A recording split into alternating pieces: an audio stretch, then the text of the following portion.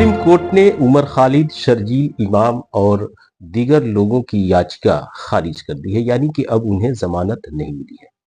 और supreme court ने यह भी कहा है कि इनको अगर जमानत चाहिए तो कम से कम 1 साल इन्हें इंतजार करना पड़ेगा।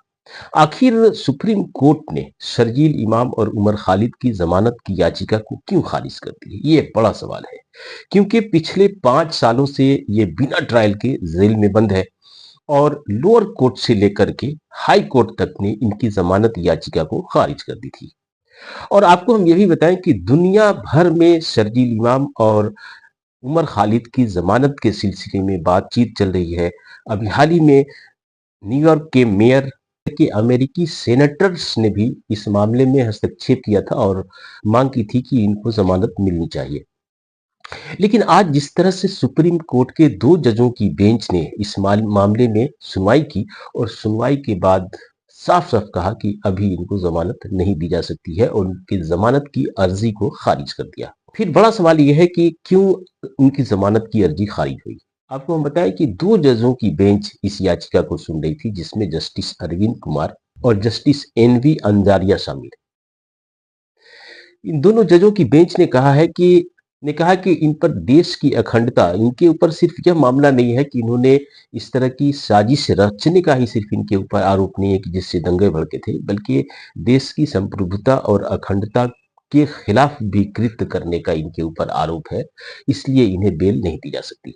आपको बताएं कि 2020 में सीएए के खिलाफ जो आंदोलन चल रहे थे, उसी दौरान दिल्ली में दंगे हुए और इस दंगे में 53 लोगों की मौत हो गई थी। उसके बाद इनके ऊपर यानी कि उमर खालिद, शर्जील इमाम, शफूरा जरगर, आसिफ इकबाल तन्हा, इस तरह के तमाम जो सोशल एक्टिविस्ट थे उनके ऊपर आरोप लगे। यूएपीए के तहत इनके ऊपर आरोप लगे थे और देश की संप्रभुता को तोड़ने और आर्थिक ब्लॉकेड करने तक के ये आरोप इनके ऊपर हैं।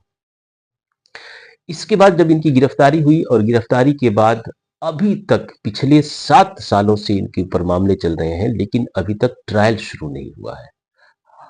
जो याचिका करता है उनके वकीलों का कहना है कि 5 सालों में अभी तक 7 सालों में इनके ऊपर जो आरोप लगाए गए हैं उसके सबूत तक पुलिस को नहीं मिले।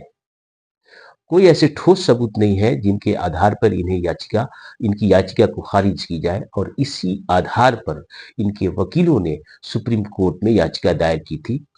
लेकिन दिल्ली पुलिस का कहना है कि इनके आरोप काफी संगीन हैं। इन्होंने देश की अखंडता को, इसके संप्रभुता के ऊपर हमला किया था।